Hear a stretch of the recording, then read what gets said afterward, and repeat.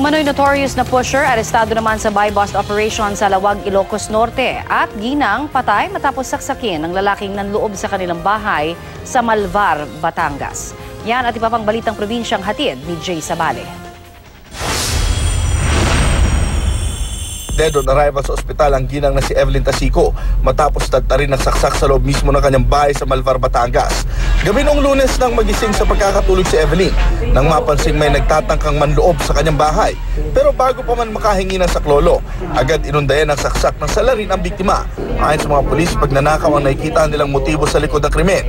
Kadalasan kasing nakakakuha ng remittance ang biktima mula sa kanyang mister na nagtatrabaho sa Italy tuwing ikatlong linggo ng buwan.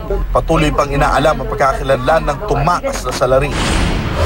Sa Lipa, Batangas, naglalakad lang sa isang sakahan si Rogelio Amistad ng tambangan ng mga hindi pa kilalang salarin. 4 na putok ng baril ang narinig ng mga tao sa lugar. Sakay ng motorsiklo agad naman tumakas ang 2 salarin. Blanco pa ang mga otoridad sa motibo ng pamamaril. Sa kulungan naman ang bagsak ng umano'y notorious pusher na si Jolimar Galang matapos mahuli sa buy-bust operation sa Lawag City, Ilocos Norte.